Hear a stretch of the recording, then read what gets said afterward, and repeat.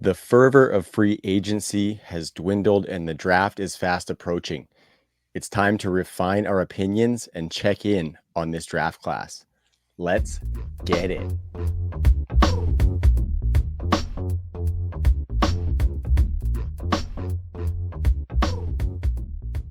Pulling apart the fantasy football fabric one thread at a time, you are back with Unravelled.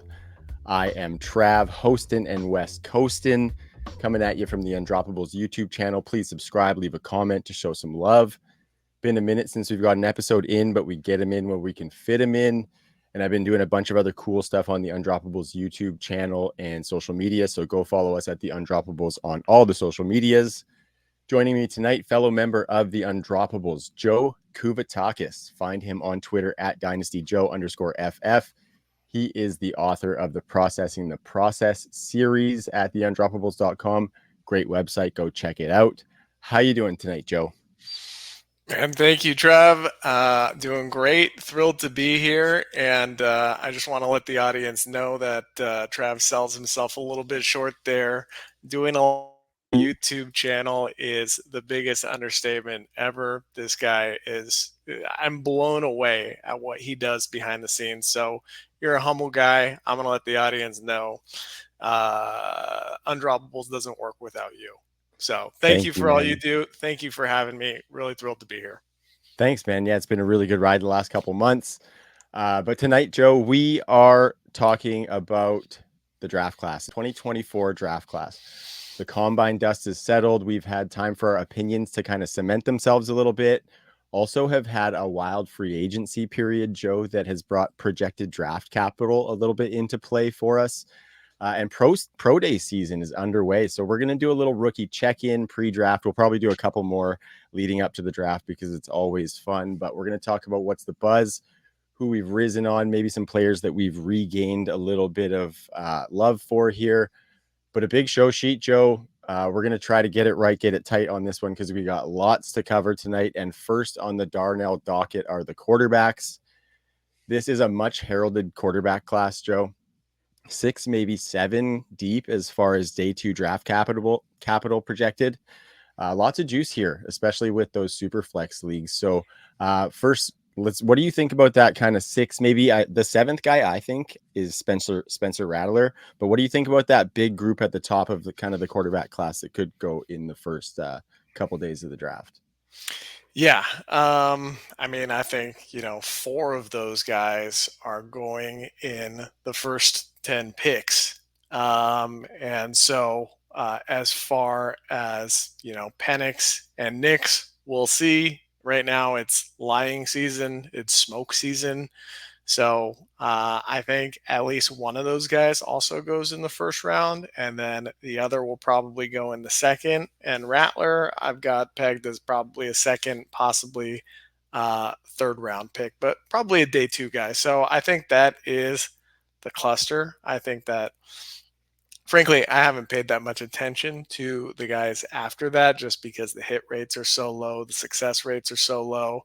If any of them find themselves in like a good situation or an interesting situation, start to make some noise in training camp, my ears will perk up a little bit, but I think you got it right. It's about 7, and really, there's a big 4 and then 2 wild cards that we'll probably be able to get at a discount.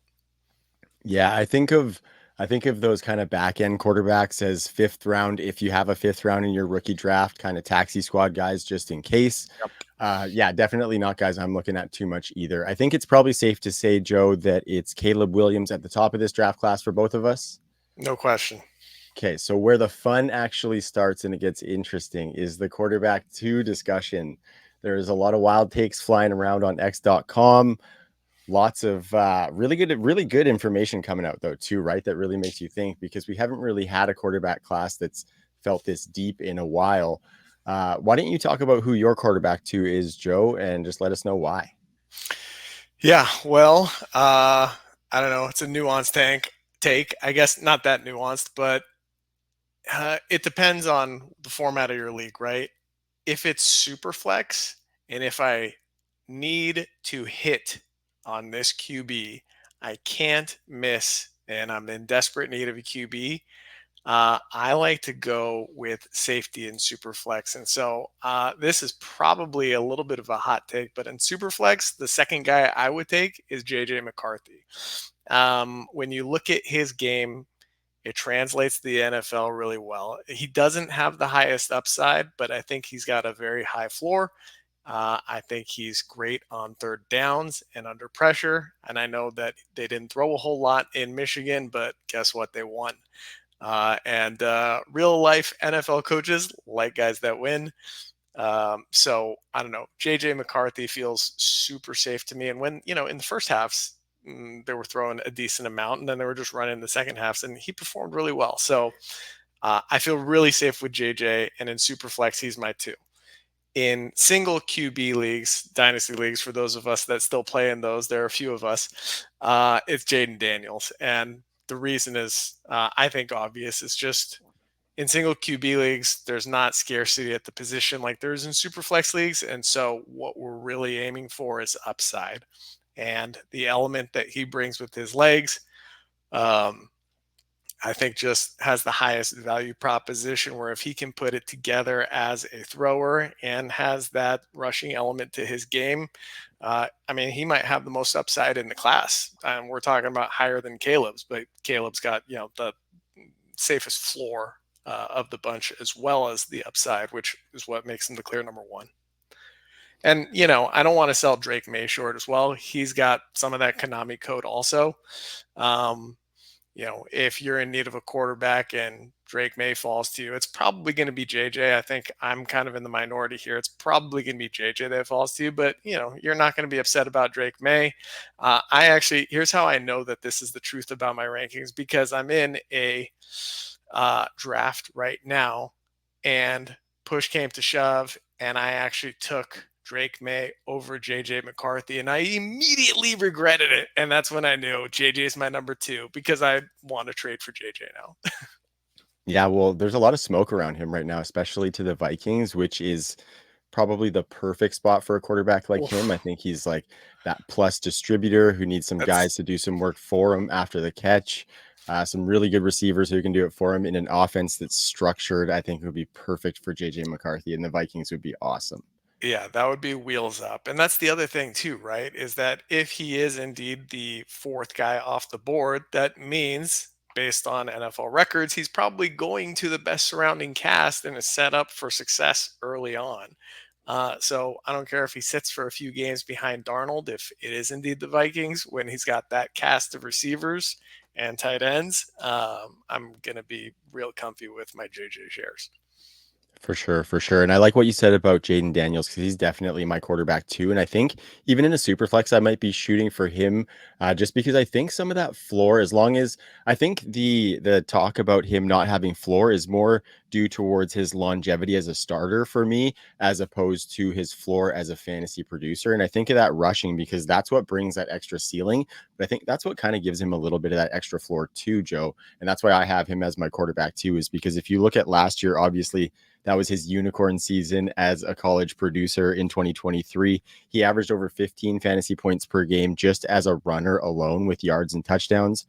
And then in 2022, it was over 12. And then in 2021, his final season at Arizona, it was over 9 points per game as just a runner. So adjusting that down for the NFL, obviously those numbers are astronomical. But if you look at 4 or 5 extra points per game as a runner with massive upside on top of that, he only needs to be like a 202 passer to get to like 20 fantasy points per game with some ceiling on top of that. So I think there are avenues for him to have maybe more floor than people are giving him credit for. I think where that floor falls out is if he's just not a starter in a couple of years because he can't put it together as a passer and all he's doing is as a runner, kind of what we're seeing with Justin Fields. You know what I mean? I think that timing is kind of perfect as well for the perception around Jaden Daniels, that we're seeing that Justin Fields just got traded for a 6th-round pick after we saw a ton of fantasy upside. There's a ton of fear that that could be the case for Jaden Daniels. Personally, Joe, I'm trying to take on a little bit more risk in fantasy football leagues because of the upside. Tend to be a player with my heart, tend to be somebody who errs on the side of safety. And so I think Jaden Daniels is a pretty good microcosm of trying to take on a little bit more risk with that added upside he does provide. So I liked everything you said. It's all about that rushing, over 1,200 yards last year. Unbelievable. Yeah, I think it's going to be nice in the NFL. It's ridiculous, and I actually don't have really many questions about him as a passer either. I mean, the dude can sling it. He throws a nice deep ball. He throws everywhere. He's got nice touch. So I don't really have questions about that. The thing that scares me is how much do you think he weighs? He skipped weighing in at the combine. I mean, I think he's like a buck 85 or something, right? Like, and you just see some of the hits that he takes because of the way that he runs. So, the downside with him, I think, is, a combination of, just there's the inherent risk that any of these guys just can't put it together at the NFL level, but also, is he going to just, with his rushing style, lead to his own demise as well, right? And so that scares me also, but no question about it. I mean, we talked about his upside, and I think he's a great thrower of the pigskin. I love it. I love it. So we're going to move down to a couple of those other guys that you mentioned, a couple well-traveled veterans at that in Bo Nix and Michael Penix. I think Bo Nix, it's safe to say, has probably gained a little bit more steam as of late. Seems like Penix has fallen behind that pack a little bit, but like you said, these guys could be sneaking into the first round, so they're going to be in the conversation in our Superflex leagues, especially. Let's look at Bo Nix first, Joe. He's the older prospect, came from Auburn, had a few seasons there in a low volume passing offense. If I recall, and I'm like to keep this like in context, I'm Canadian, so I don't often have a good pulse on the college football landscape. But if I remember, I was seeing Bo Nix at the end of his Auburn tenure being like the butt of jokes around the college fantasy football community. And Totally. so props to him for turning that around after a move to Oregon. I think he showed a bunch of really good traits, really good accuracy. Obviously, he led a high powered offense, and he had plus mobility more than I thought he had. So yeah, big increase with Oregon. After, like I said, being the butt of jokes. What do you think about Bo Nix and that steam that he's getting as a potential round one quarterback, and what he might be able to do in an NFL offense? So, um, he projects to me like a check down artist, frankly. So, it depends on the situation he finds himself in, right? Some coaches like that. Some coaches like guys that are gonna play it safe, take what the defense gives them. He seems like a timing thrower as well. So he's really landing spot dependent for me. I'm not saying I'm not interested. I don't see a star in the NFL, but I'm also going to just say predicting quarterback success is the hardest part of our game. So what the heck do I know, right? I could be dead wrong and look really stupid about this real soon, but I like guys who have a little, or a little more willingness to sling it, because if they're not going to be a Konami quarterback, then their upside comes from pushing the ball downfield. And I don't see that with him. So it's going to have to be a real particular situation that's going to get my interest. I think we have to look at expectations, right? Because he might get more draft capital than what he is, right? I'm hearing a lot of stuff that maybe Denver, in their desperate need for a quarterback, could go to Reachville, Tennessee at pick 12 and take Bo Nix all the way up at pick 12 if those top four are already taken as is expected. Those Yeah. Vikings, the Vikings did add capital to be able to move up as well, so that could potentially happen. So Bo Nix getting pushed up might push him up boards, but we got to set the expectations in that his best bet is probably like plus game manager. You know what I mean? I was surprised with that mobility, so maybe he does add a little bit with the rushing, but as a passer, he's not necessarily going to put his team on the back like some of the other quarterbacks in the class have shown traits that they might be able to do. Yeah. I mean, think, Andy Dalton, and he had a run as a starter. He had years where he was a QB1. That's sort of what I see when I look at Knicks. And if he ends up in Denver on a Peyton offense, then, that's going to be a lot more interesting where, the timing based traits and anticipation throws that he can make could be really appealing in an offense in a setting like that. That's the one I'm hearing the most too. And I, I don't know if there's actual smoke there. Or excuse me, actual fire. But that would certainly be one of the more interesting landing spots. They certainly need another quarterback, so it wouldn't shock me. And we'll have a different conversation then. Yeah, exactly. It's kind of a bridge you cross when you get to it. And yeah, we've seen uh, Drew Brees' offense that's predicated on timing with Sean Payton and short dump off passes to the running backs. And that was a very successful little tenure in New Orleans as well. So I like that take. I like that take. Okay, so Michael Penix, like, I don't know if he's going to be sneaking into the first round. Maybe somebody absolutely falls in love with him. But he had a very, very interesting career in college after 4-0 seasons coming to the high powered Washington offense. And then having some explosions with those amazing NFL caliber wide receivers that he had, almost a similar kind of ecosystem to Jaden Daniels after coming from Arizona State. Two really good receivers, just like a better offense to be in that really showcased him in the college landscape. What's your take on Michael Penix? Do you think he might have been a bit of a product of that Washington offense and those receivers, or do you think he has some of the tools that can be brought over to the NFL? I would argue three great receivers. Yeah, McMillan. Yeah, because he's going to get drafted as well. So that's always like the chicken and the egg thing, right? With these like fringy quarterbacks, you've got a situation with Jaden Daniels and Neighbors and BTJ, and you just sit there and think, man, all these guys are awesome. Then when I watch Washington, I'm like, okay, who's carrying who here, right? Well, I don't think we have any questions about Odunze. Polk looks good. McMillan looks good. So uh, with um, with Penix, what we saw is a guy that's great at throwing it to the outside and a guy that struggles with the throws over the middle, struggled with pressure. The later career sort of renaissance isn't shocking to me because of the number of injuries that he had early on in his career. So I'm going to give him some grace for that one. But again, this is going to be a situation dependent deal. And, to me, he seems like a guy that probably ends up sitting for a year or two. And, but he'll probably get his shot. And I'm not interested because maybe there's something there, but I just don't know. I'm not going to have super strong takes on a lot of these guys because, as I mentioned earlier, I'm just not very confident in my quarterback takes. I mean, a good one when you see them, but with these like tweener guys, like, well, I don't know. I've seen this work. I've seen it not work. So Yeah, definitely. And Penix is an interesting case. Probably one of the quarterbacks that I had the most exposure to, though, being in the Pacific Northwest. I am in Western Canada, so I did catch a couple of late night Pac-12 games.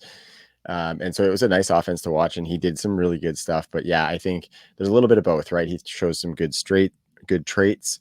But he did, like, if you look at the deep passing too with those wide receivers, he had 117 deep passing attempts. Drake May was in second with only 85. So that's like 32 more deep passing attempts and over 300 more deep passing yards. So I think that kind of buoyed some of that production, along with what those wide receivers did after the catch too. So yeah, I'll be super curious. Like if he ends up in Seattle and just gets to stay in Seattle, that'll be interesting because his OC is now the OC of the Seahawks. Now they brought over Sam Howell, and they've also got Geno Smith. So we'd certainly be looking at a scenario where he's sitting for a while. But I think that would be an interesting pairing in a system that he's familiar with, and also three good wide receivers. yeah, 100%. I was just going to say that's a nice little trio up there to be coming into after coming out of the same thing in college. Very good.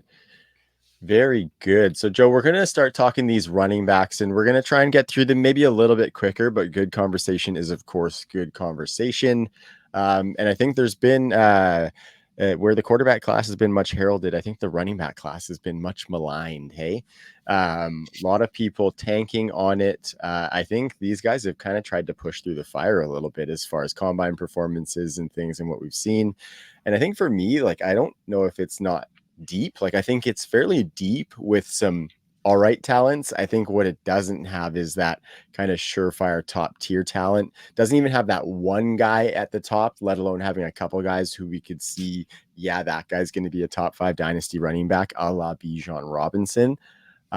So with those extra pieces of flair missing, let's call it, and landing spot and draft capital being extra important at the running back position, like 4th round pick versus 2nd round pick versus 3rd round pick, massive difference. 5th round pick is almost just don't draft that guy. Like, it's that bad. Joe, what are your thoughts on this running back class overall before we dive into some of these players here? Well, I agree with you that the top end is not super exciting, but there's a big middle class, and it's actually getting bigger. After the combine, I had basically narrowed it down to five guys I wanted, and you know, one guy, or I should say, two more guys that I was mildly interested in. But with these pro days coming in, that list has actually expanded to seven guys I'm very comfortable with. And two more guys that I'm mildly interested in and willing to take shots on. So, um, the big five after pro days has become a big seven for me. It's Quorum, Wright, Lloyd, Brooks, Benson, and now Estime and Shipley. And Estime and Shipley were big ones. They did not, excuse me, Estime ran at the combine. Shipley did not. And Estime ran a 4.71 at the combine. So that was really, really concerning. If you've read any of my work, you know about how important speed score is for the running back position. And, folks that are under a 90 in speed score at running back hit at a real low rate. I mean, you're talking about Kyron Williams and end of list. I don't know. I guess you could throw Devin Singletary in there as well, but that's basically it in terms of active players right now that have hit a top 24 season. Um, so Estime, I was really bummed about because this guy, was so fun to watch in college, right? The hurdle king, as I call him, breaks tackles, was breaking away runs, and didn't seem that slow. And so I don't know, it just didn't jive. But then on his pro day, he goes out and he runs give me just a moment. Uh, 4.58, I he think. runs a 4.58 at his pro day. Now, listen, you got to take pro days with a grain of salt. It's not, we're talking about guys with stopwatches as opposed to official times. So I think that you can probably tack on, zero point zero 0.05 to that, right? But even if you do, if you take the score that he ran on his pro day, he hits a 100 speed score. So that's like, kind of a magic number. Being above 90 is really where it's quite binary for guys his size. But even if you add some time just for human error, right? He's still north of 90. He was at 89. So just getting north of that 90 really changes the lens on that guy. So I'm way back in on Estime. I'm super excited about him. And then Shipley was another one. Man, I was really disappointed when he didn't run at the combine. This is a guy that has that that receiving ability that we love. And so I wanted to see him run. And of course, he didn't, but he does run on his pro day. He weighed in at 206, so that's good enough size. Not great. We'd rather be, another 5 pounds, but we'll take 206. But he ran a 4.39 at his pro day. So again, you tack on 0.05, call it a 4.44, right? I'm good with that at the running back Mm-hmm. position. If you take that number, that puts him at 110 speed score. Now that is starting to get into the elite category. You add his passing game chops, and I think we could have a real nice sleeper. And the nice thing is because he didn't run at the combine, we'll see what his draft capital ends up being. But and he had a quieter final season as Clemson wasn't as dominant as they had been. So I think we're going to be able to steal him in the third round. We'll see of Superflex. So Yeah. I'm pretty pumped about him, and of course the big five that was there before. I don't know. Do you want to keep talking about pro days? Well, let's start at the top of that list that you had. I love that. I love that. Will Shipley and Audric Estime are definitely guys to look at. Estime's that big back. And like as you're describing Shipley, I'm just sitting here thinking that's what Bucky Irving was supposed to do. Like I know, man. Bucky Irving was supposed to be the receiving back in this class.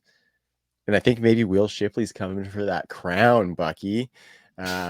Speaking of pro days, let's just polish that one off and then we'll get into the list of the big five anyway, because these guys were on the list, but we're getting them out of the way. Here's some draft sleepers for you.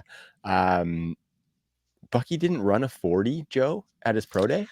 Yeah, Like you're especially more in tune than I am. Like, was there anything around that? Like, why? Like, why wouldn't he? Four five Good. something at 190 at the combine. You got your pro Yeah, day four with a high five profile five. quarterback. Like, Yeah, do it. 4.55 at the combine at 192 pounds. At his pro day, if I'm not mistaken, I don't have it in front of me, but I think he weighed in at 193 and he didn't run, Yeah. which was like just waving the white flag. I don't know the details behind it, but the fact that he didn't run again and all we have to go off of is he's 192 or 93 pounds and runs a 4.55. Just so the folks know, that puts his speed score south of that 90 threshold that I was talking about earlier. And for a guy his size, that's really unforgivable because, he should be north of 100 in order for us to have interest in him.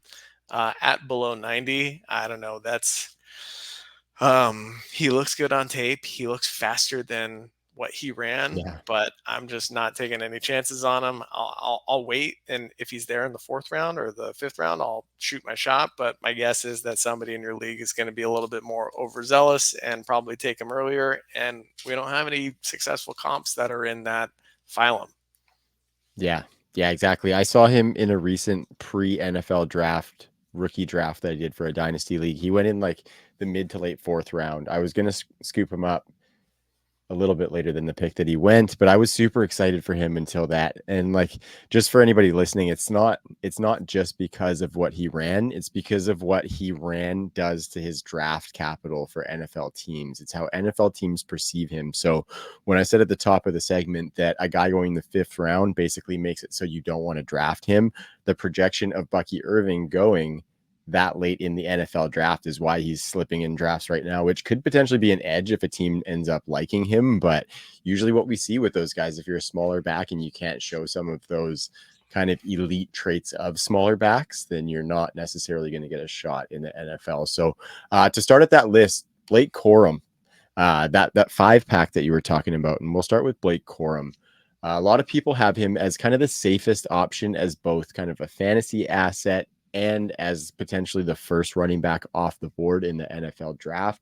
Tons of speculation about him going to the Chargers with his old head coach, Jimmy Harbaugh, who's clearing house there just for Blake Corum, apparently. I think some of that does go into the perception of Blake Corum, but I want you to tell me, Joe, because sometimes for me, safest kind of means has limited upside in kind of a nice way. You know what I mean? And so I'd like for you to tell us what you think about Blake Corum as a prospect.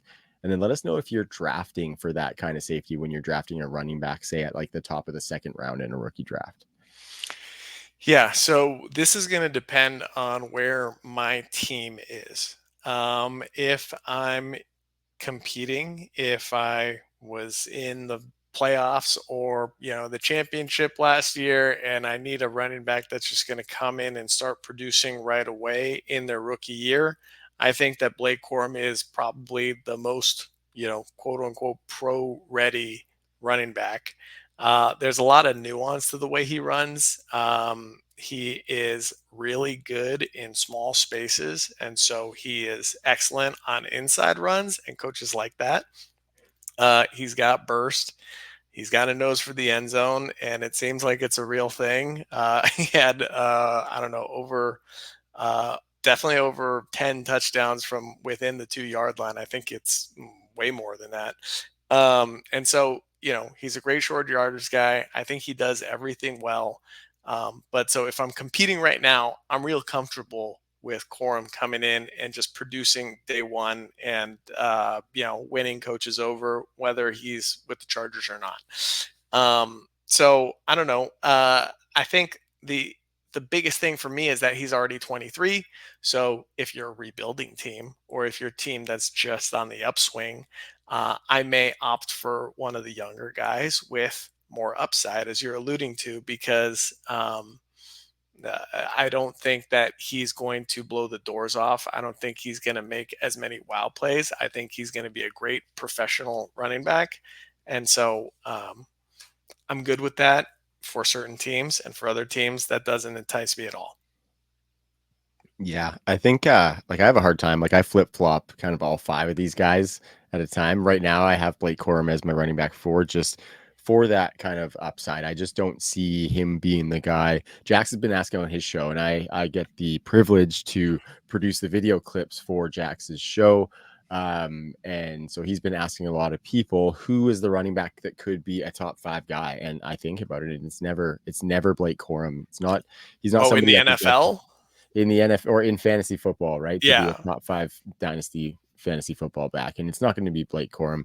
We don't know if he's going to catch passes at the NFL level. We don't know that he can't necessarily, but we don't know if he is going to get that chance, especially, if he does land in that offense with Jim Harbaugh. I don't project there to be a big target share there. So it'll be interesting to see where he goes and if he gets a shot, because I think he has the athletic profile he showed at the combine, where he could, if he has some hands on him, be a potential pass catching back. So we shall see. That goal line stuff is really, like you said, his bread and butter, what led to his 27 touchdowns, and kind of the intangible things that can't be measured in a spreadsheet are a lot of the things that Blake Corum brings to the table. So let's talk about the other guys in that 5-pack here, Joe. That would be Trey Benson. Correct me if I'm wrong, and you have a different top 5, of course. Trey Benson, Jonathan Brooks, Jalen Wright, and Marshawn Lloyd. All of those guys in that 4-pack had really good combines, and they would make up, I see you nodding, they would make up my tier of 5 with Blake Corum. Of course, Jonathan Brooks, he had the ACL injury, so he didn't do anything at the combine aside from measure. But those measurements came in. We were happy with those as far as I was concerned, Joe. What do you think about this 5-pack or 4-pack, sorry, and kind of how did they shake out for you? Maybe who are you most excited about and who are you least excited about? So I'm like you. I go back and forth on these guys. After the Senior Bowl, my answer was Marshawn Lloyd, and I thought I was on to some guy that was going to be a sleeper, and I was just, really excited about it. And sure enough, everyone's on Lloyd. Yeah, the so combine happens. I really like him. He's got just the size speed combination. And, I keep referencing that, but that's really, really important to me and really, really important for the running back class in general. These speed scores and these burst scores tell us a lot. So Lloyd, very healthy in both on a 111 speed score. So above 110, that's pretty, I don't want to say elite, but it's very, very good. And a 120 burst score, that's also quite remarkable. So I'm excited about him. Jalen Wright, I have concerns about his actual play style. Play style is probably not the right way to put it. I have concerns about his vision. How about that? That's a nice Okay, broad term. but fair. um, yeah, but so you see him just with all these breakaway runs though, right? He's got a 114 speed score, a 131 burst score, 131. That is elite. Yeah, So with the 114 speed score, it's really impressive stuff. And I just keep thinking back to the combine. He ran that 40 at a 439, if I'm not mistaken, 438. yeah, And he was really disappointed. The first one came in at like a 4.4 plus, and he yeah. ran it again, and then he came in at a 4.38, and he was mad both times. He knows he could do better. Anyways, he's really exciting if he lands in the right situation, in the right type of offense that knows how to use his skills and sort of simplify his running lanes. I think the sky's the limit. Uh, Benson's another guy that had a 116 speed score, a 117 burst score. Very impressive at 216 pounds. That's very comparable to Brees Hall. Now, I don't think he showed us anything on tape that to make us think he is Brees Hall. But a 4.3940 is always going to get my attention at this position. And he also had a couple of injuries in college as well, one catastrophic knee injury. And so I want to give him a little bit of the benefit of the doubt. And the further removed he is from that injury, perhaps the more he'll show us as a runner. He definitely invites contact with his style of play, which is fun to watch as a football fan. So I don't know. I think coaches are going to like him. I think teammates are going to like him, and I think he's going to perform well. So any one of these guys has been the guy with the most upside to me. on any given day. Let's see who we're forgetting. Oh, Brooks, of course. So all things being even, had Brooks not gotten hurt, Yeah. I think he'd probably be the clear RB1. I also feel like that's a little bit of a cop out, right? I mean, Fair. everyone's Yeah. saying it, and it's probably Yeah. true, but uh, you know, it's easy to say, oh, well, if Brooks hadn't got hurt, he'd be my number one. That's, it's a difficult class to rank. Um, Sounds like he's going to be ready for training camp. We'll see where he ends up landing. He probably does project as the one guy that can be a top five Exactly. fantasy running back. And I'm excited to see him play. We might not see it that much early. They might bring him along slowly, but if you've got depth at the position and you're just swinging for upside and you can wait for him to come around, I think that's a fine place to place your bet. Yeah, and I think the depth of the wide receiver class, which we're going to talk about in just a minute, will kind of help those guys stay in that kind of back or early second, maybe mid second round of rookie drafts. Maybe one or two jump up because of landing spot, but you'll probably get a couple of pretty good options sitting there for you in the early to mid second round. That's where they were in the draft that I was just talking about. I was in Jalen Wright, it's who I got at the 206. Because there's no teams attached. Like these guys are just sitting there and they're down the board or something, and people aren't looking. So if you are in any drafts that are right now, there's a bit of an edge to be found in simply scrolling down the draft list and seeing what Totally. players are available. I mean, all these guys are going to end up getting drafted. All of them have their perks, and particularly if you're drafting right now before we know their landing spot or their draft capital, just getting them on your roster and waiting to see how things play out. They are going to go up in value. Some might get nuked just based on where they end up, but for the most part, I think they're all going to be in committees, right? Mhm. That's just how the Yeah. NFL is now. It seems like in free agency, every team addressed the running back position that needed to. So they're all going to be in committees anyways. You might as well take these guys that have the most upside. And, Yeah. like I said earlier, I will now add Estime and Shipley to that list of five. And so my strategy is basically take the last one that's there, right? If you can, but try and scope it out, try and feel your draft out. And I think you're probably going to be able to get one of these guys in the late second or early third. I do think there's Yeah. going to be a big grouping of them in the early to mid second. And I think a couple of them are going to creep into the first round, to your point, once we know draft capital and landing spot. But I bet you some of them are going to fall to the third. And I just like to hoard my running backs. Yeah, me too. Big running back guy. I'm the from that traditional you stack running backs and make sure you have a heavy running back core from then. It's been hard for me to shake that one, Joe, but I've been slowly but surely coming over and then Yeah. stacking those late round guys who maybe need a couple dominoes to be that running back one for you, but you got to trust in Well, yourself to hit on them and then you feel better about doing it. You know what I mean? yeah, well, and then this is the class to take receiver in the first and in the second, and then Yeah. whenever these guys fall to the third, right? Totally. Totally. So yeah, just moving down the show sheet, keeping us rocking here. I am going to refrain from shitting on Braylon Allen. We'll save that conversation for another day.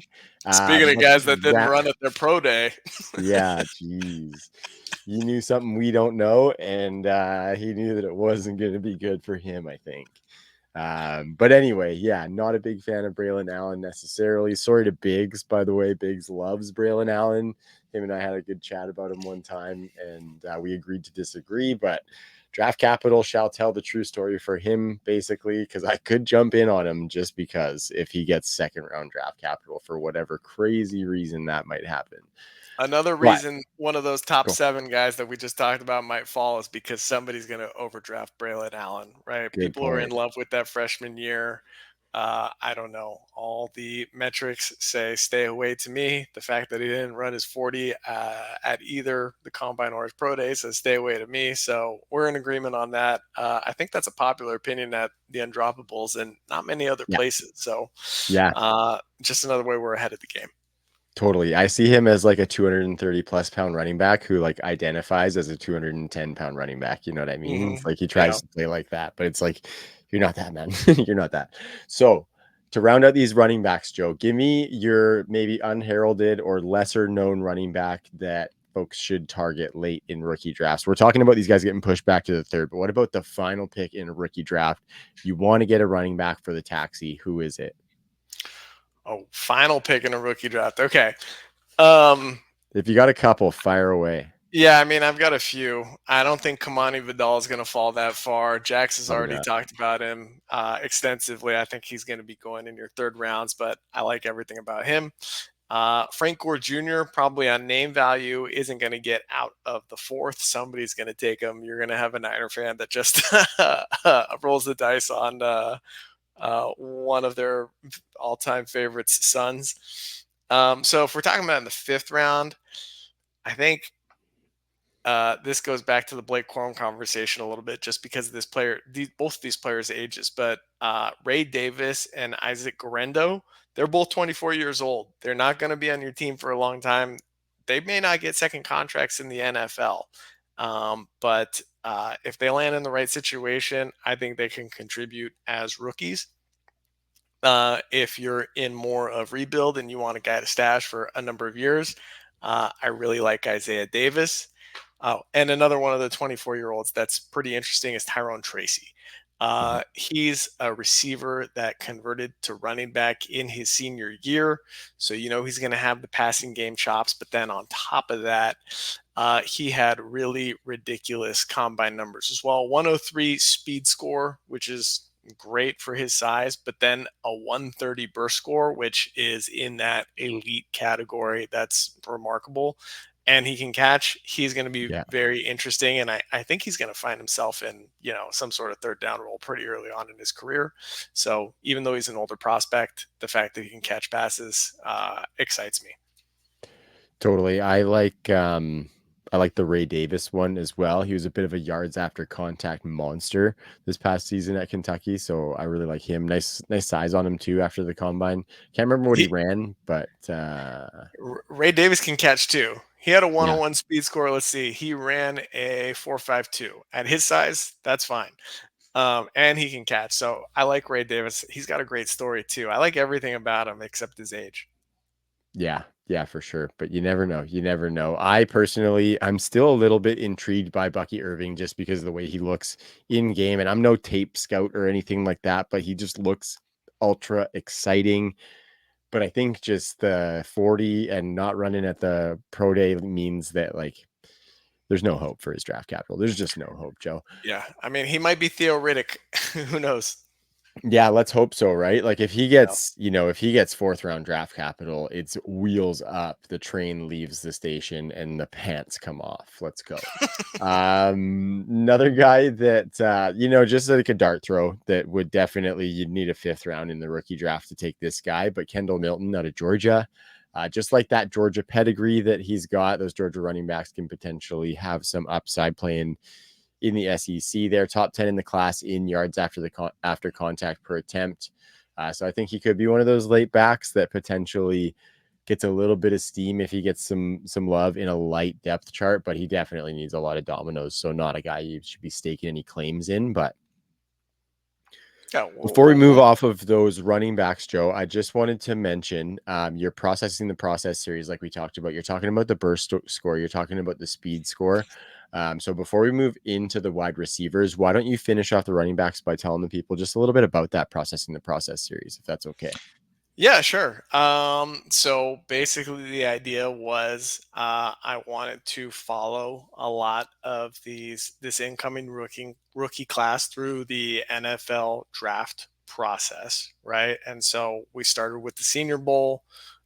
We hit the combine.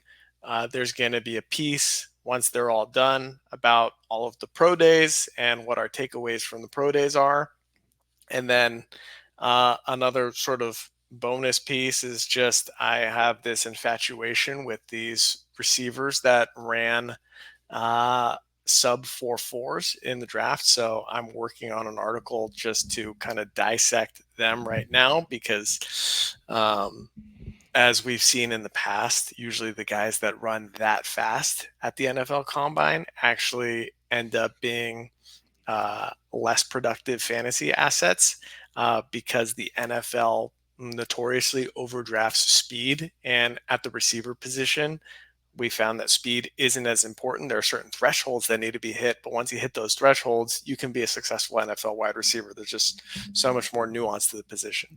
So I want to take a look at all those guys and figure out which ones we can count on and which ones are going to be, kind of in line with the historic busts of the guys that, ran ultra fast and got overdrafted and thus got overdrafted in Dynasty. So that's what's coming up. And then, we'll round it out with the NFL draft. I don't know what that article is going to look like yet because the draft capital is going to kind of speak for itself and hopefully make me look smart. But I'm probably going to be eating some hat on a few of these as well. We'll see. Yeah, none of us know anything, Joe. Let's be honest. We know nothing out here. I'm super excited to hear about that wide receiver article, though, and those speed guys because I like speed and guys that can take it to the house. And we all know that chicks dig the long ball, too. So, yeah, we like that. That'll be nice to see. And moving into the wide receiver class, since you segued so nicely, this is a really interesting class to me. There's a lot of uncertainty, Joe, behind these guys, but it's one of the most exciting wide receiver classes we've had in a long time. There are up to like 20 names that we need to keep our eye on. And I feel like there's areas where the draft being one of those best wide receiver drafts is almost a little bit of an oxymoron because I think a lot of these guys do have holes. Like for myself, not necessarily trusting my eye as a film scout, I look at a lot of the data sometimes. And I think aside from the top three, maybe four, maybe five, the rest of these guys have big holes, obviously, but I think we're excited about a ton of them. So I'm super excited that you're digging in and breaking down all that stuff before we talk about it here because we're going to talk about it as well. And I'm also excited, Joe, to hear what the UN score is for these guys. We have put some teasers and some feelers out about the prospect model that has been developed by our guy Wiz and then Jay Coder and Jackson Chalk, of course, and that's coming soon. So keep an eye on our social media. The Patreon's a really good way to support and keep an eye on that as well. So really fun wide receiver class, and it's only getting more fun as the Undroppables get deeper into it. And as Joe and we will touch at the top of that class with Marvin Harrison Jr. and Malik Neighbors. I don't know if we necessarily have to go too deep into these guys because for me, I don't think there's really a wrong choice. I think my choice just by a smidgen would be Malik Neighbors because I think his versatility in play style doesn't only fit the new NFL. I think that versatility can potentially fit a bigger variety of quarterback styles as well to succeed with what he does. So that's why I like Malik Neighbors by a little bit, but not by a lot. So why don't you give us maybe a paragraph here, Joe, on your thoughts on Marvin Harrison Jr. and Malik Neighbors? I mean, they're both such good prospects. I really don't think you could go wrong. I tend to agree with you that Malik Neighbors' versatility is what draws me to him pre draft. Now, after the draft, once we see landing spot, we may change our minds depending on where they land. But I don't know. We're splitting hairs here. If you got the 101 or the 102 or the 102 and the 103, and because Caleb's going number one, I think it's an embarrassment of riches at the top here at this wide receiver class. If you need a wide receiver and you're in position to take either of these guys, you're going to be a pretty happy camper. Yeah, I am. I am very locked in on. Well, Neighbors and Marvin Harrison could change, I guess, but I'm very locked in on Rome Odunze being the wide receiver three. Yep. And then there's a big group behind him, and I'm curious to hear how you have the wide receiver four shaking out. For me, it's a mix between Brian Thomas Jr., Troy Franklin, and now after that combine, Xavier Worthy, and not necessarily because my opinion changed huge because of that 40, but where the opinion changed again is projected draft capital. There's a lot of first round buzz around him. The guy running a record time in the 40, like you said, speed getting overdrafted. That's not to say that Worthy would be overdrafted in the first round because he could pay that off, but what is your kind of wide receiver for? We talked about that group of running backs. What does your wide receiver for grouping look like, and how does it shake out for you as who actually lands in that spot? Well, for me, it's actually pretty clear. it's its own tier, right? One and two, you can call that a tier. Hmm. Adunze is his own tier at three, Yeah, and then BTJ is his own tier at I like four. it. Um, I have been, because of this series that I'm writing on the speed wide receivers. Well, guess what? BTJ's in that group of wide receivers. He ran in the 4.3s at 209 pounds, so he's an absolute freak. Some things I want to just talk about with him Yeah, absolutely. in this class.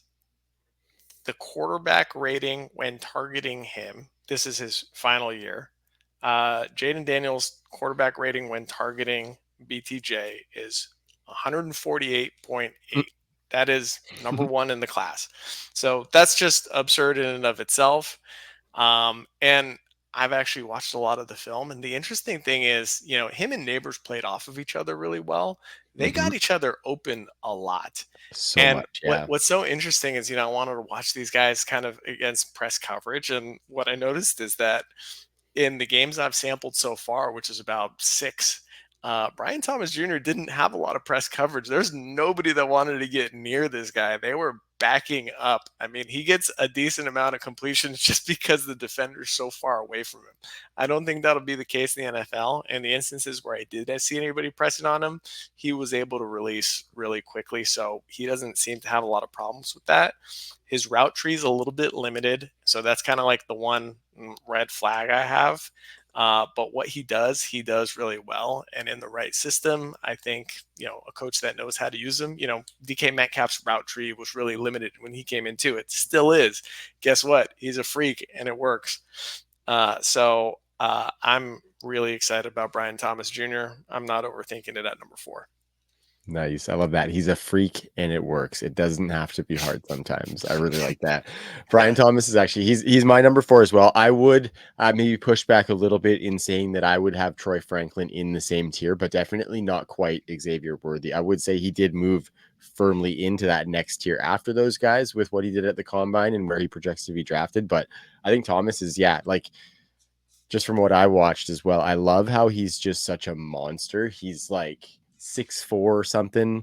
I don't know what the exact measurement is offhand, but and he's really like smooth moving. And I think part of that is because he is like pretty skinny for his height. He's not necessarily a bulk guy, but I think where that could come in is that he is only 22, right? So you never know. He could put on a little bit of muscle, maybe get a little bit thicker. Hopefully, he does keep some of that movement ability that he has, because I think that's what really helps him at his size. That's the one thing that's kind of making some of these other guys in the class, if we want to maybe let's talk about what you think of Worthy with that speed and what you've been and Franklin, of course, with what you've been talking about. I think it's fair to say we're both locked in with Brian Thomas Jr. as our wide receiver four, and just some of the stuff that he can do at his size, regardless of maybe some of the limitations in usage. If the NFL uses him the right way, we could see the explosion similar to what we saw last year with the LSU Tigers. So what about Franklin? What about Worthy? Is there a gap between those guys, or maybe are they the next tier together for you, or maybe they out of there altogether as well? And I'm way off, Joe. Well, there's a grouping of guys. I haven't released my rankings yet because I haven't finished going through all of these guys. I have taken a long look at Worthy though because he's part of the same speed receiver study. And here are my notes. Uh, his deceleration is actually the thing that makes him deadly, right? We can see the speed, but it's his ability to stop really quickly that gets him wide open. So that in and of itself, that's going to work in the NFL. That's going to work against NFL corners. Um, his press release is good because of his footwork. He's a savvy route runner with a lot of double moves and kind of moves within moves, just in middle routes. It's just like he's going so fast, just a little subtle twist Mm-hmm. while going full speed. The cons are he's pretty bad at contested catches, right? So I Yeah. think he's not going to be a receiver that wins over the middle. And for a guy his size, 165, you think he's a slot guy. There's no way this guy's playing the slot. This guy's No. playing on the outside. He's going to win with that deceleration and acceleration, and he's going to find space that way. But he's great with the ball in his hands. He's going to win on not over the middle, but with deep passes, design short passes, and passes outside the hash marks. So I think he's somewhat limited, but he's going to be on the field a lot for whatever team he's on because of the way he's going to manipulate defenses, and he's going to get opportunities. I think he's actually a very high floor wide receiver in this class that's going to have some huge boom weeks.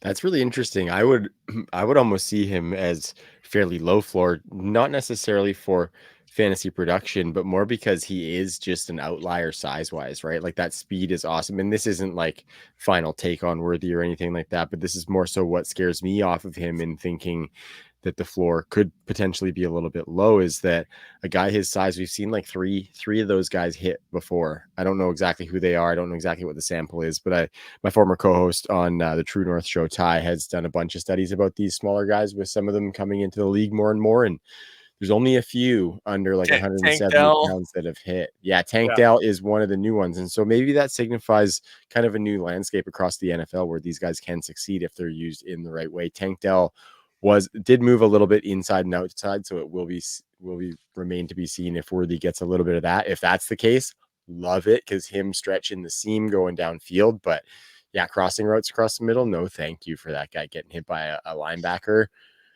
He might break. So that's just what scares me a little bit, is just the size and the outlierness of him. But maybe I have to shift that mindset to fit what we're seeing in today's NFL. And maybe on top of Tank Dell, Xavier Worthy might be the next good test case for that, right? So I like that take there on Xavier Worthy. yeah. I don't What, have many concerns about him. His production started from a young age, right? that's He good. broke out as Good a point. freshman. It stayed high throughout his career, even when Adonai Mitchell showed up. His production was still very good. But so I don't have many concerns about Worthy. I think he's going to be a producer. All right. And what about Troy Franklin? He's like I said, he's my wide receiver 5 right now. I like what he does, but admittedly, there are some size concerns with him as well. He is a bit of a beanpole out there, and I don't think he eclipsed 180, or if he did, he just barely did, because I don't think he was quite that big. What are your thoughts on Franklin? Yeah, so he eclipsed 180 on his pro day. On his pro day, he came Okay. in at 184. At the combine, he Okay. weighed 178 or 179. And the story there was that, he was sick, he had the flu or something Right. like that. And so he lost some weight. Then he, bulked up at his pro day, but of course he didn't run at his pro day after being, 6 or 7 pounds heavier. So I don't know what to believe. This is why we got to take pro days with a grain of salt. Mhm. Um, what I've seen so far of Franklin is, he's aside from the atrocious combine, right? We're gonna forgive that because he's got a body of work that's really good. He's very Yeah. good at stacking defensive backs, corners, I should say, and he looks really smooth out there. I'm not done with my final assessment yet. He's somewhere in like the call it 6 to 11 range for me. And I know that sounds like a really big range, but there are a lot of guys where we Yeah. are really going through it with a fine tooth comb. And I'm not done opining on him yet. He is not part of my speed receiver study because he ran a 4.41, and I'm looking at the guys under 4.4. Yeah. But I know Wiz likes him a lot. I know from what I hear, the unmodel likes him, Yep. or the unscore model likes him quite a Yep. bit. I've been bugging Wiz, right? I've been texting him like, let me see those scores, man. Oh yeah. I It's gotta see pretty that sweet, model. man. Yeah, Pretty so sweet. I'm looking forward to seeing how he scores on that thing. But I don't have a final opinion on him yet. He's going to be somewhere in the top 12 for sure, probably top 10. Interesting. Yeah, interesting. So a little bit of a gap there. I'm very, very curious to see your final results. And like I said, yeah, that the model that the boys have been working on is going to be really fun. The hit rates are exciting on it. We put some tweets out just today with a little graphic and some of the hit rates with Puka Nakua's score as well. So go check it out there, everybody. Next group, like I just kind of chose this group here. There's the big bodied athletes. Tons and maybe like Ricky Pearsall doesn't necessarily fully fall into that group with these other guys, but we got Keon Coleman, Adonai Mitchell, Xavier Leggett, and Ricky Pearsall. These guys are catching various amounts of steam for people.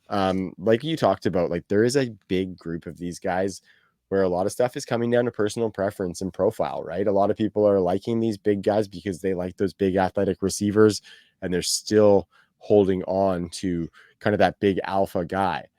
Some people are kind of coming off of those guys and going with some of the other guys that we're going to talk about. That's maybe that mid-range size. What do you think about these guys? Maybe kind of like we did with those running backs. Who are you most excited about and who are you least excited about in that group of four with Coleman, A.D. Mitchell, Xavier Leggett, and Ricky Pearsall? All right. I don't know what order I'm going in right now, but I want to talk about Adonai because Yeah. I did watch a decent amount of him because he's one part of the study, and two, I'm watching the Worthy tape as well, so I can't help but notice him. My notes on him, just like Worthy, and there are a lot of receivers that win this way, but like these two are both really good at it. He's really great at the deceleration. Mm-hmm. He is a sneaky route runner. His speed is very sneaky. I think his combine 40 time blew everybody away because nobody knew he was that fast. Mm-hmm. Um, Also, really good at stacking defenders. He's a weird profile though because his best season yards per route run was less than 2. Yeah. Now, he had really good teammates, right? He obviously had Worthy and Sanders when he was at Texas. When he was at Georgia, he had, of course, Bowers and Lad McConkey and everybody else at Georgia. Mm-hmm. So, between the two schools he was at, he always had very good competition. Great dominator rating his senior season. So I don't know. He's a weird one. You see some really elite traits on film.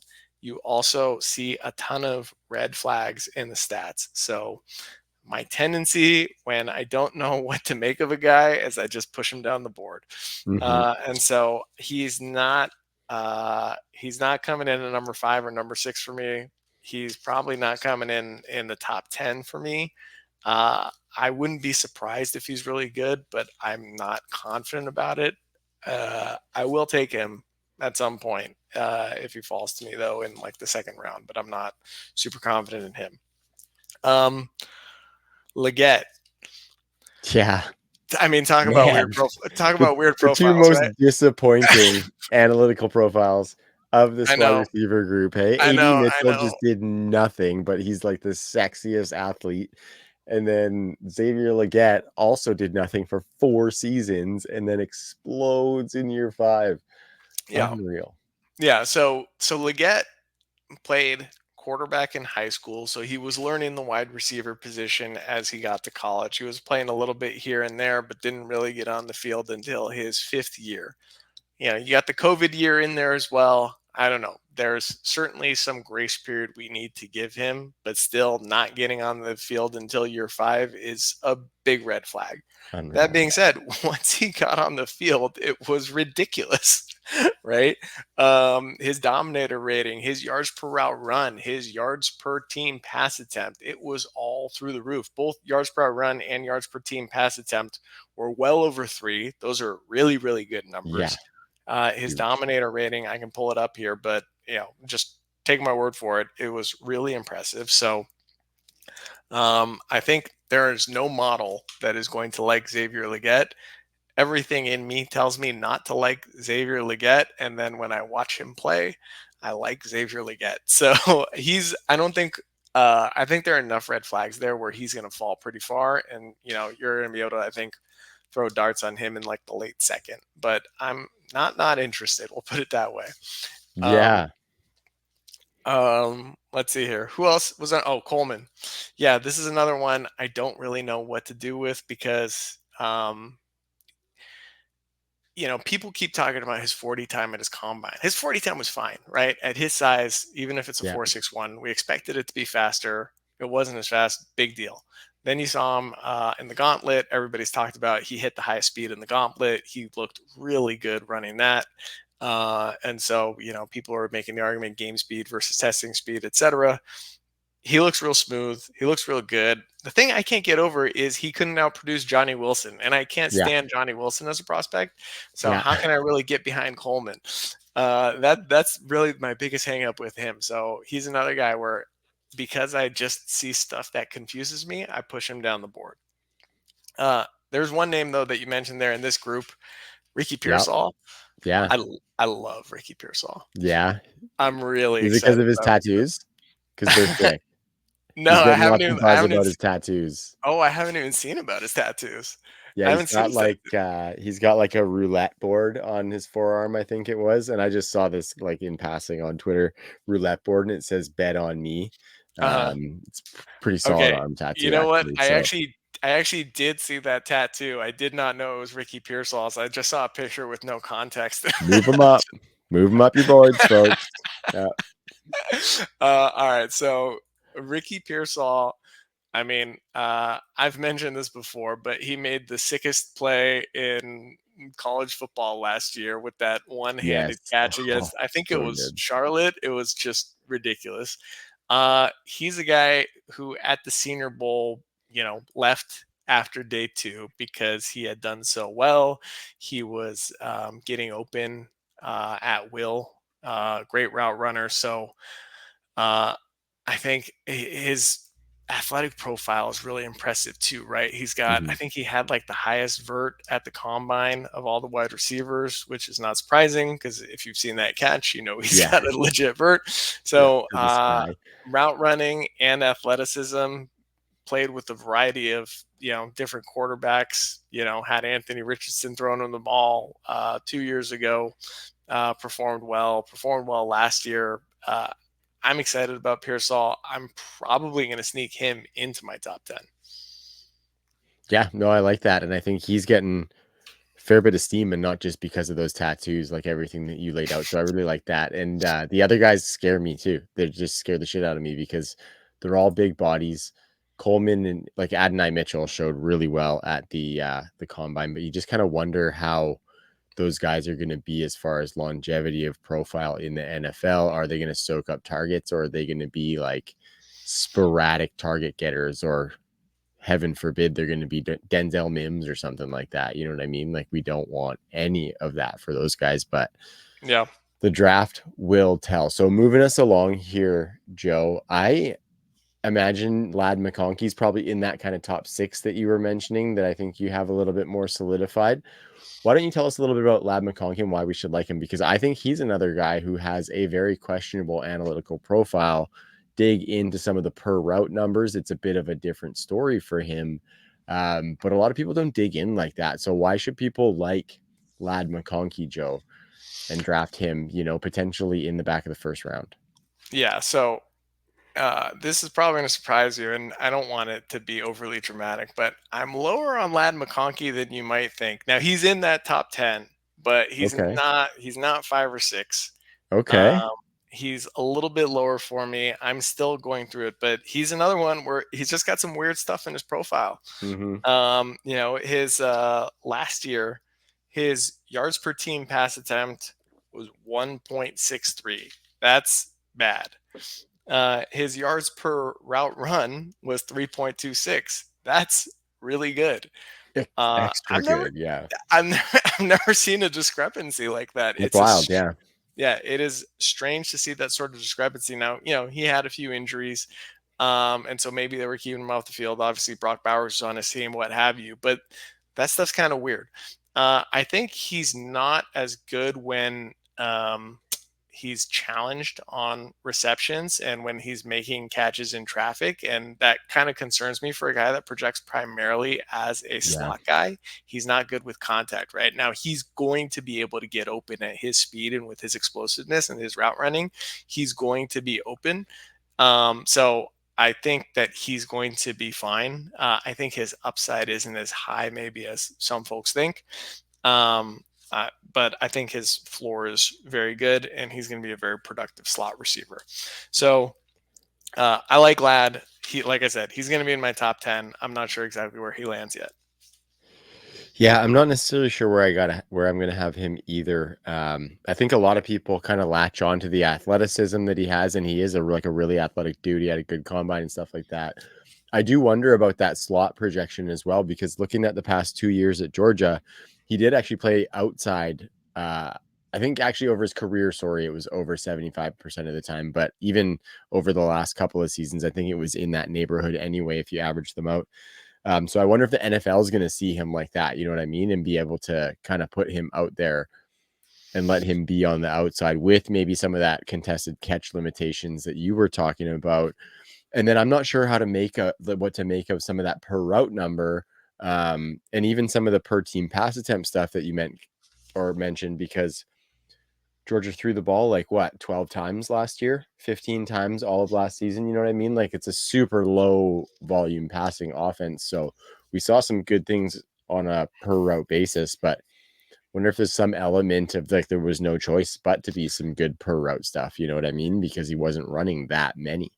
Yeah, yeah, and actually, um, one thing you could probably hang your hat on with him is his first downs per route run. It's a really Yeah. strong number. Over the course of his career, it's 12.5%. So that's really good. And his contested catch, I think I may have misspoken, right? His contested catch winning percentage is actually 54.8%. That's a really strong number. What I kind of meant was his ability to like run through contact and through traffic on his routes. Right. But I don't think that's going to be as much of a problem because he's such a good route runner. He's going to be able to get away from guys. But I just worry about guys being in his pocket a little bit. Yeah. But no, really good prospect. Like I said, top top 10 in the class for sure. And we'll see how high he gets. Yeah, speaking of how high, this next guy that we're talking about, I'm very curious to see how high he goes in the NFL's draft, because if we look at Javon Baker, started out his college career at Alabama with the Crimson Tide, was behind Devontae Smith and Jalen Waddle that season. And the following season at Alabama, he was behind Jamison Williams and John Mechie. John Mechie was actually born in Canada. Shout out. But I don't think he was here for very long, actually. But we're going to claim him anyway because we'll take all we can get as far as NFL players. But again, another benefit of clip in Jax's show is that I remember from the episode with Thor Nystrom, he also said that at the Senior Bowl, Javon Baker shows up and he has no problem telling you that he's the best wide receiver in this class. And I like that. You know what I mean? I like a wide receiver that loves them, Joe. T.O. happens to be my favorite wide receiver of all time because he took my Eagles to the Super Bowl when there seemed like no hope previous to that. So I like that in a wide receiver. And I mentioned that Alabama stuff. I give him a little bit of a pass for that. And so I really want to like him, like to the tune of being in my top 10 wide receivers as well, Joe. Curious as to what you think about Javon Baker. And do you think that swagger on top of maybe he had a 4.5, 440? I think he's 6'1, 202. So it's not terrible, but not as good as we wanted to see out of him. What's your take on Javon Baker, and is he going to get the draft capital that I so sorely want him to have? If you watch Javon Baker play and you don't like what you see, I don't think Yeah. you like football, right? He is smooth but really aggressive. His ball skills are ridiculous, right? He's Mhm. got great body control when he goes up to make a catch on the on the sideline or in traffic. It's all really impressive stuff. So uh, he's graceful but aggressive, right? I don't know Mhm. how else to I like put it. that. So I like that. It's a nice um, combo. yeah, so, so I love Javon Baker. His A dot was 17.1. That's actually higher than what we like to see, right? And so That's guys like nuts. that kind of get typecast as a deep threat.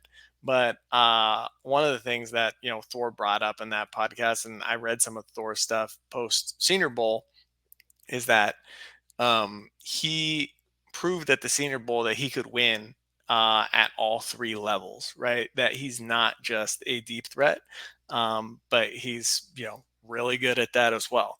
Mhm. His yards per route run last season 3.21. His A dot 17.1, as I mentioned, but then his yak, yards after the catch, Yeah, is really strong number at 7.2. Right totally. now, part of that is you're catching the ball further down the field. There are less defenders around, so he's just got to shake somebody, but he's still shaking them on a regular basis. That's a Yeah, really good number. First downs per route run, 11.383. That's really strong. So uh, I'm in love with Javon Baker. I don't care where nice. he gets drafted in the NFL. I'm Hell yeah. going to be taking him. I actually hope he falls a little bit because then I'll just be able to get him for cheaper. So Yeah, I like uh, that. get Baker. Yeah, to your point, that I think that draft that I was talking about getting Jalen right at the 206 because it was pre-draft and not a lot of people are super in on him. 311. Yeah, 311. I got Javon Baker. That is beautiful. straight Let's cash just money. keep. Shh! Straight Don't tell. cash money. Yeah, Don't tell yeah. anyone. Nothing to Javon see Baker is our here, secret. folks. Nothing to see here. Yeah, just like what you said about that yards after the catch per reception, because like he can do a lot. And we didn't necessarily need that, but that was a box that he hadn't previously checked in any season of his college career, right? And so it's good to see that. And then you see that on top of that average depth of target, deep threatness. That's upside, ladies and gentlemen. And we like that in fantasy football, believe it or not. I keep comping Um, him to Stephon Diggs' career trajectory because I think he's not going to get the good draft point. capital, and Good then I point. think he's going to go somewhere and be undeniable. For sure. And you know what? You know who that is? I kind of wanted that for Donovan Peoples-Jones too, because he was kind of one of those like, ooh, he could be like a really like impressive athlete, you know what I mean? But that never panned out. The dream might not still be dead. The dream might not still be dead, you know what I mean? Hmm That's me hmm playing, that's me playing with my heart, Joe. Stop it. Stop. Javon will be louder than DPJ. Yeah, absolutely. Absolutely. So, looking at these wide receivers here, I know there's a couple other names that you want to talk about, particularly one, Joe. But let's talk about a couple of them. And I know that you have to peek through the fourth wall a little bit. I know you have the show sheet as well. If there's any that I didn't list, I would definitely encourage you to go in on them. But why don't you start with the one that I know that you are championing until your final breath? Fly at her. Well, I am Caesar of the Roman Wilson Empire. Yeah. So Roman All Wilson's my hail. guy. Yeah, thank you. Uh, Roman Wilson, what's actually funny is Chris Sims actually just released his top 5 wide receiver rankings, and he had Roman Wilson at number 5. And I was like, oh Up my there. God, did Chris Sims just out Roman Wilson me? No doubt. Um, Fight. yeah, so I don't have him quite that high. I want to have him that high. I have had him that high on some iterations, but I just like I'm trying to kind of remain rational. We talked about QBR with Brian Thomas Jr. having that Mhm. 148 QBR rating for passes thrown to him. Roman Wilson is number 2 in the class at 144. Yards per route run, 2.68. Very good. First downs per route run, 12.9%. That's great. Dominator, this is his final year, by the way. His dominator rating in his senior season, 37.3. His touchdown market share for the national champions for touchdown receptions was 50%. It's just absurd. So Wild. he can play slot or outside. This is another guy that left after day 2 of the Senior Bowl. By all accounts, he was the winner of the Senior Bowl, right? Lad McConkey didn't leave early. Pearsall and Roman Wilson are the 2 that left after day 2, probably because they had already secured early round 2 draft capital. I want to say, and this isn't just, hyperbole, I think he's the best route runner in the class. I really do. Ooh. Um, I think when I watch him play, I see, and I've mentioned this before, I see a hybrid between Steve Smith and Tyler Lockett. I think route running, and once the ball is in his hands, he's Tyler Lockett. But the way he goes after the ball is Steve Smith, and I think he's also got a little bit of that attitude as well, which I think we both like. Like He's that. got Ice up, son. yeah, yeah. He can win on all parts of the field, and he's got rushing yards in every season as well. So this is a player that Harbaugh wanted to get the ball to, in different ways, especially because they were running the ball so damn much. So, what could have been had he been on an offense that actually wanted to throw the ball. But for the hand he was dealt, I think he did really well with it. And, he's already got a national championship ring. I love Roman Wilson. Yeah, I like it. I like it. And I'm kind of intrigued by him too. He's kind of that he's in that size range, a little bit smaller than Javon Baker, but in that size range a little bit where he can be super versatile, right? He can do a little bit of work down the field. He can do a little bit of work from the slot and kind of be moved around a little bit. So I like that. Roman Williams, you kind of got me hyped about him, to be completely honest with you. I liked him a little bit after some of the Jax episodes that I was listening to and some of the tea leaves that I was reading. But then, you brought the Empire in and I just fell in line charging for battle because I'm pretty hyped on Roman Wilson as well. I want to see that draft capital as well. One of those guys who's super intriguing because he didn't get a ton of opportunity to be that heavy volume alpha in college. So there's nothing that's telling us he can't do that. You know what I mean? Which is really cool. Like he's not a guy like Xavier Legette who had a monster alpha season in year 5 after never getting more than 29 targets or whatever. So I love that. And sometimes the unknown is something that we just got to dive into. And I think he's one that I'd be willing to do so with. Okay, one that I'm super excited about, and I think I've heard you throw some positivity around as well, is Malik Washington. Oh, yeah. Out of I always get him. Yeah, he's Virginia. The next guy is Arizona. 5th-year breakout after 4 years at Northwestern. Interesting player, Malik Washington, because he is definitely going to be a slot player. He ran a 440, 447. If he's in the slot though, I need to kind of know or want to see that he's going to be used downfield, because for these smaller guys in the slot, maybe a little bit similar to Xavier Worthy, but on less of the extreme, those smaller guys in the slot, I want to see them go downfield because if they don't do that, they're going to have to rely on getting 100+ targets and doing a bunch of work after the catch to have any fantasy ceiling that I'm looking for. You know what I mean? And I Mm-hmm. want to know that he can maybe do that on like an 85 targets and he can return on that investment because I think Malik Washington might gain a little bit more steam, but I kind of worry about that because he wasn't a big touchdown producer. Hey, Joe. So what's your take on Malik Washington and what do you think his ultimate upside can be as far as usage and then ultimately fantasy production? I was just going through the stats here real quick because one thing that just popped out at me is in that final year at Virginia where he played in a, offense that wanted to score. Uh, Yeah, his his dominator rating was 47%, which is just that's ridiculous. huge. Yeah, That's so funny. his yards per team pass attempt was 3.62, also a really strong number. His A dot was 8.1. So on the lower side of the A dot, right? This was the guy that they got the ball to, and then they let him break tackles. Very good Mhm. missed tackles, forced numbers. Very good contested catch win rate, Yeah, 64%. So I think he could definitely play in the slot.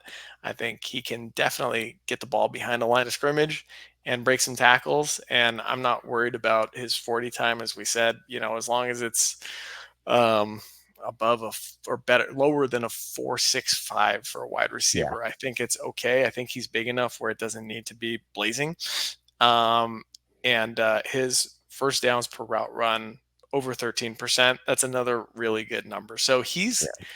got some things in his profile that are very impressive.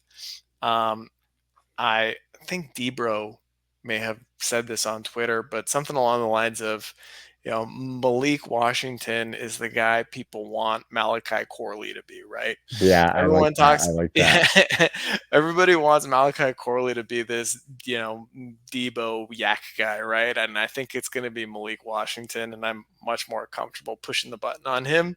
So Same. I'm pumped about Malik. Totally. I like that. And what he has that I don't think Malachi Corley has is that he can do a little bit of that downfield stuff. Like you Oh yeah. said, he is more versatile than he gets credit for. 23 deep targets last season, which I think is top like 15 in the class, if I do recall. So as long as the coach is going to bring him in and use him like that, obviously draft capital being attached to that would mean that a coach is more likely to do so. Um, I'm excited for Malik Washington too. You cemented it for me, Joe. I was a little bit worried, but you confirmed. So I brought you on just to confirm everything for me and make I'm me just the feel bias better about confirmer over everything here. that I think. Yeah. And No, this Roman is awesome. Wilson propagandist. Yeah, exactly. I'll give you your time to shine with Roman Wilson, and then solidify all of my other takes for me if you could. That'd be great. So the last guy I've got, and then I'll give you a chance to talk about anyone else that you'd like to talk about, is Jacob Cowing from Arizona. Started out his college career 3 years at the University of Texas, El Paso. Third year of which was a big breakout for over 1,300 yards and 7 touchdowns. Joe transfers to Arizona, goes for over his final 2 seasons, his 2 years at Arizona, he went for a combined over 1,900 receiving yards, 20 touchdowns in those 2 seasons. So very encouraging finish to his college career for Jacob Cowing. Played outside on about a quarter of his snaps in college or thereabouts. So I think he'll be able to move around. So kind of intrigued by a little bit of that. It's funny, he played more on the outside in Arizona by about 5 to 7%.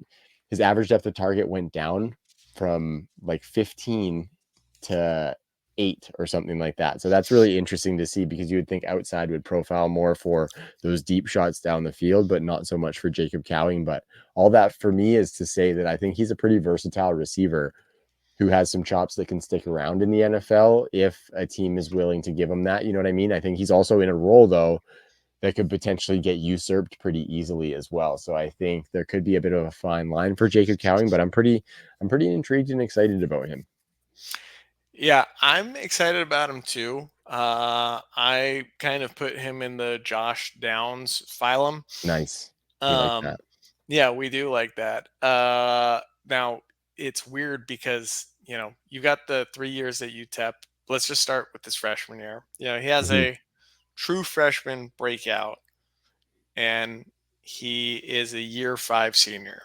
You Yeah. just so rarely see that happen. Now, part of the reason is because it was at UTEP, part of it was because of COVID, part of it was because he transferred. There's a whole story there. But it's just strange to see. I just want to point that out. So he did have the early career production. Granted, it wasn't a super major program. Um, you mentioned the ADOT. At its peak at UTEP, it was 17.3, Yeah. and then his fifth year it was 6.7.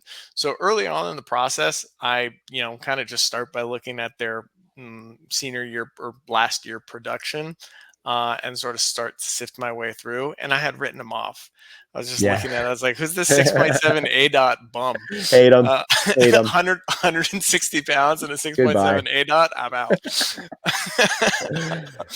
He also got injured at the Senior Bowl, and so that wasn't a great sign. So I had kind of written him off, and as I've dug into the profile a little bit more, I've gotten more and more intrigued.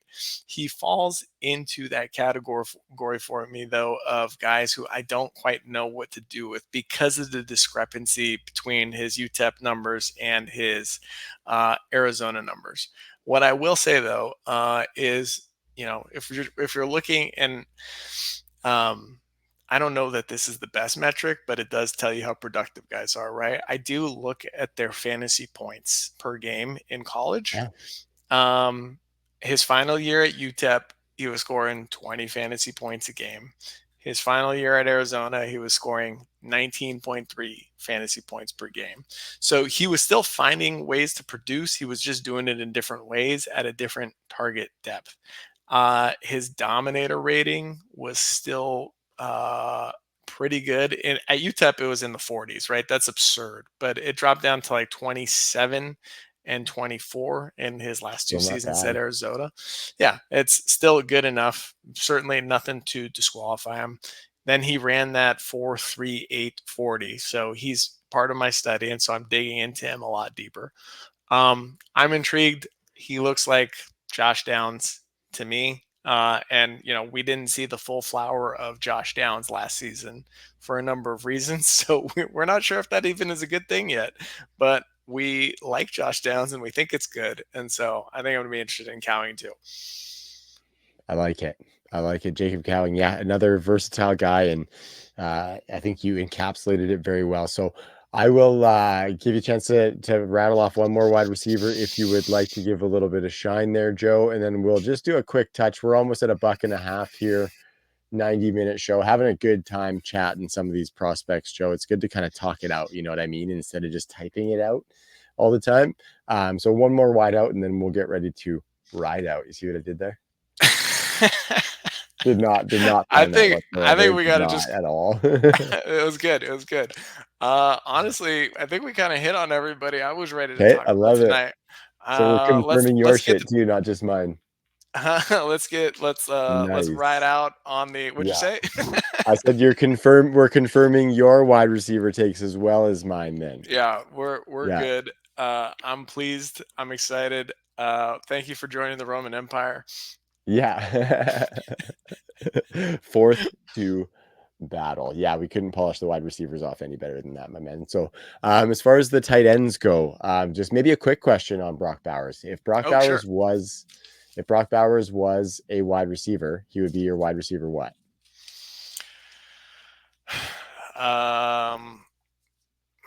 I keep throwing everybody in the top 10, so let's just throw Brock Bowers in there as That's a well. huge top, bro. Yeah. Yeah, Um, yeah, I don't know. It's hard to say. I don't like these cross position comparisons. I think he makes for a very good tight end. So yeah, let's good point. take the gift that's been given to us. Good One more point. guy No, to I like plug. that. Yes, Here's the guy I please. want to plug. Theo Johnson. Nice. Yep. He's my number 2 tight end, Yep. and is based sheerly on athleticism. And some people might be rolling their eyes at that, but athleticism at the tight end position is more predictive than college production. Yeah. So it really, really matters. Obviously, you want to see the college production. He didn't have much based on the offense that he was in, but all you need to know, dear listener, is that he was the most athletic tight end of all time at the Yeah. combine. Go crazy. 118.75 speed score, 129.65 burst score at 259 pounds. He's a full grown, ready to go tight end.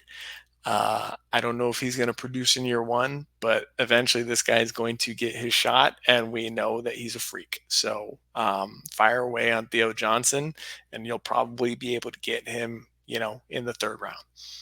Yeah, we know those tight ends take longer to develop. So just give them that extra time to simmer.